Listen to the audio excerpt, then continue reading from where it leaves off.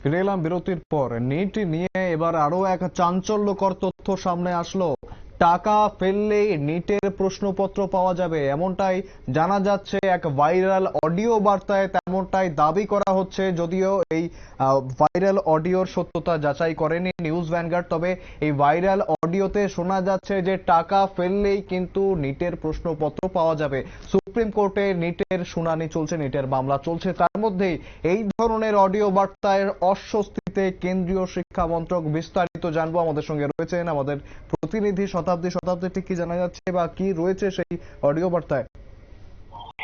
একদমই, দেখো অডিও বার্তা যেহেতু আমরা তুলে ধরবো না বিশেষ কারণ থাকার জন্য, তবে সেক্ষেত্রে পুরোটাই এক্সপ্লেন করবো। কিন্তু দেখো সেক্ষেত্রে একটি কথা বলতে হয় যে এই নিটের যে দুর্নীতি বা নিটের কেলেঙ্কারিকে কেন্দ্র করে একের পর এক যে তথ্য সামনে আসছে আমাদের, সেখানে একটি প্রবাদ বাক্য কিন্তু কোথাও গিয়ে মিলে যায় যে ফেলো করে মাখ হোটেল। এবার সেই প্রবাদ বাক্যটা কিন্তু নিটে এবার কার্যকর হচ্ছে। কেননা ইতিমধ্যে নিট নিয়ে একাধিক প্রশ্ন সামনে আসছে, সেখানে নিট ইউজিকে ঘিরে এক প্রকার সক্রিয় হয়ে উঠেছে দুর্নীতি চক্র, এবং যেখানে পশ্চিমবঙ্গের নামও আছে, তাহলে কি বলাই যায় সেখানে বাংলায়ও এবার সক্রিয় হয়ে উঠেছে দুর্নীতি চক্র। মোটা টাকার বিনিময়ে বিকোচ্ছে কি তাহলে ডাক্তারের স্নাতকোত্তরের আসন? কিভাবে নিট এই প্রার্থীদের কাছে পৌঁছচ্ছে? নিটের দুর্নীতি চক্রের মাথারা কিভাবে টোপ দেওয়া হচ্ছে প্রার্থীদের? কত টাকায় বা বিকোচ্ছে মেডিসিন, স্ত্রীরোগ সার্জারি, এনটি এর আসন কিভাবে এবার নেওয়া হচ্ছে? একাধিক প্রশ্ন কিন্তু এবার সামনে আসে। তবে যাই হোক, সেখানে বিস্ফোরক একটি অডিও ক্লিপ এবার সামনে আসছে, এবং যেটা তোমার বলতে হয় যে গত মঙ্গলবার বর্ধমানের এক নিট পিজি পরীক্ষার্থীকে ফোন করে টাকার বিনিময়ে আসন কেনার প্রস্তাব দেওয়া হয়েছে দুর্নীতি চক্রের সদস্যদের পক্ষ থেকে। ফোনের সেই অডিও ক্লিপ শুনলে স্বাভাবিকভাবে এক প্রকার চমকে যাওয়ার মতো, কেননা দুর্নীতির তদন্তের চেয়ে বর্ধমানের মেমারি থানায় অভিযোগ দায়ের করা হয়েছে, এবং ওই নিট পিজি প্রার্থী অডিও ক্লিপের ভিডিওতে তদন্ত চেয়ে রাজ্য পুলিশের তোমার ডিসিকে চিঠি দিয়েছেন চিকিৎসক সংগঠন। তবে সেক্ষেত্রে কি বলা হয়েছে দেখো, আমি প্রথমেই বলে রাখি যে এই সেখানে যে অডিও ক্লিপ রয়েছে সেখানে এজেন্ট প্রথমে ফোন করেছে পরীক্ষার্থীকে, এবং সেখানে নিট পিজি পরীক্ষার্থী যে রয়েছে সে বলেছেন যে একটু আগে কল করেছিলেন কি আপনি, কি বলেছিলেন একটু বলবেন, সেই কথা পরীক্ষার্থী বলছে। অন্যদিকে এজেন্ট বলছে যে আমাদের পক্ষ থেকে মার্ক ম্যানিপুলেশন করা হচ্ছে। আপনার রাজ্য কি পশ্চিমবঙ্গ? পরীক্ষার্থী যথারীতি বলেছেন যে হ্যাঁ পশ্চিমবঙ্গ। এজেন্ট বলছে যে কোন জেলা? পরীক্ষার্থী তখন উত্তর দিয়েছে যে জেলা বর্ধমান, এবং পাশাপাশি এজেন্ট বলছে যে আমাদের পক্ষ থেকে মার্ক ম্যানিপুলেশন করা হচ্ছে। আপনারা যে বিষয় পছন্দ সেখানে কাট অফ মার্ক বাড়িয়ে দেওয়া হবে, এর ফলে পছন্দ মতো পিজি সিট আপনি পেয়ে যাবেন। এবং পরীক্ষার্থী স্বাভাবিকভাবে অবাক হচ্ছে যে কিভাবে সেটা হবে, যদি একটু বিস্তারিত বলেন।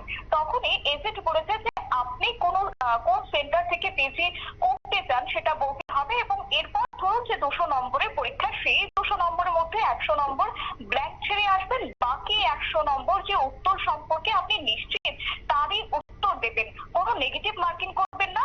যেখানে উত্তরপত্র স্ক্যান করা হবে সেখানে আমাদের লিঙ্ক আপ আছে, আপনার নম্বর আপনার কাট অফ মার্কসের উপযুক্ত হয়ে যাবে, এবং রেজাল্ট বার হওয়ার পর আপনি দেখবেন যে প্রয়োজনীয় নম্বর আপনি পেয়ে গেছেন। পরীক্ষার্থী সেখানে বলছে যে প্রশ্নকে আগে থেকে বলে দেওয়া হবে। এজেন্ট তখন বললো যে প্রশ্ন আগে থেকে বলা হবে না, 200 নম্বরের প্রশ্নপত্র হলে 100 নম্বর ফাঁকা রেখে দেবেন, কিছু লিখবেন না, বাকি 100 নম্বরের মধ্যে যেগুলি জানেন সেগুলির উত্তর লিখবেন। আপনার কাট অফ মার্ক অনুযায়ী আপনি যত নাম্বার পাবেন সেই জন্য 100 নম্বর প্রশ্ন ব্ল্যাঙ্ক রাখার কথা বলছি। এবং পরীক্ষার্থী সেক্ষেত্রে তিনি বলছেন যে ধরুন 100 নম্বর প্রশ্ন আমি ব্ল্যাঙ্ক ছেড়েই দিলাম, সেখানে এজেন্ট বলছে যে 100 নম্বর প্রশ্নের যে উত্তর সম্পর্কে আপনি পজিটিভ তার উত্তর দিতে হবে, 100 নম্বর ফাঁকা ছেড়ে আসতে হবে। পরীক্ষার্থী বলছে সিওরিটি কি, সেক্ষেত্রে বলছে সিওরিটি কি, এজেন্ট বলছে নিশ্চয়ই আছে, যেখানে আপনি এর জন্য যত টাকা দেবেন পুরোটাই অনলাইন ব্যাংকিং এর মধ্যে দেবেন, 1 টাকাও ক্যাশ নেবো না। আপনি রাজি থাকলে টাকার বিষয়ে আপডেট করে দেবো, কিভাবে টাকা দেবেন, কত টাকা লাগবে, আপনার কি বিষয় পছন্দ। একাধিক কথা কিন্তু এই অডিও বার্তায় উঠে এসেছে। স্বাভাবিকভাবে একের পর এক প্রশ্ন, একের পর এক উত্তর দেওয়া হচ্ছে, সেখানে বিষয়টিকে এক প্রকার স্পষ্ট করে দেওয়া হচ্ছে পরীক্ষার্থীদের কাছে। এই নিয়ে কিন্তু এক প্রকার বলতে হয় যে জল ঘোলা একের পর এক টোপ দেওয়া হচ্ছে পরীক্ষার্থীদের, এবং এইভাবে পরীক্ষার্থীদের টোপ দেওয়া নিয়ে কিন্তু ভীষণ উদ্বেগ প্রকাশ করলেন ইতিমধ্যে চিকিৎসক মাখনলাল। তিনি এখন বলছেন যে MR বাঙুর হাসপাতালের ভিজিটিং কনসালটেন্ট তার মেয়ে এবছর নিট পিজি পরীক্ষা দেবেন। 15 লাখ শুনে এই চিকিৎসক বলেছেন যে 15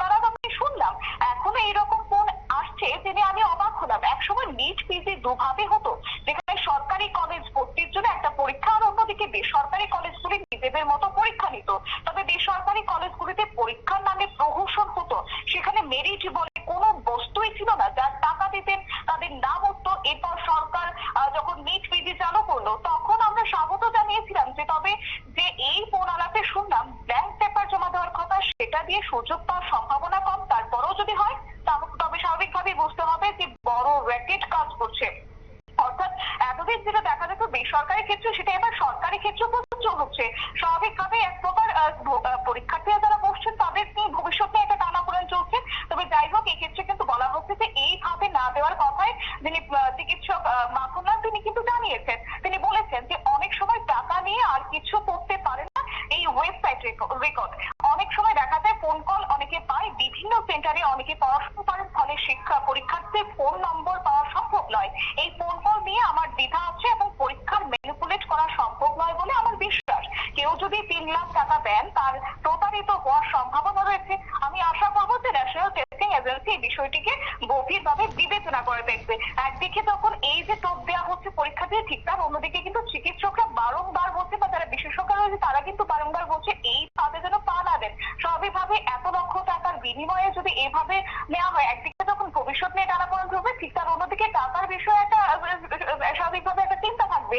কেননা এত টাকা প্রত্যেক পরীক্ষার্থীর ক্ষেত্রে তো সম্ভব নয়। সেক্ষেত্রে কিন্তু একাধিক প্রশ্ন যেহেতু সামনে আসছে, স্বাভাবিকভাবেই তোমার বলা যায় যে পরীক্ষার্থীদের কিন্তু ইতিমধ্যে বেশ কিছু ক্ষেত্রে সতর্কবার্তা দেওয়া হচ্ছে। শুভেন্দু, একেবারেই ধন্যবাদ শতাব্দী।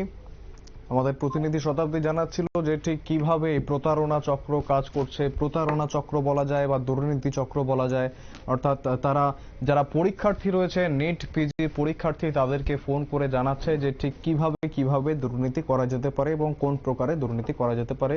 এমনই এক অডিও বার্তা সামনে এসেছে।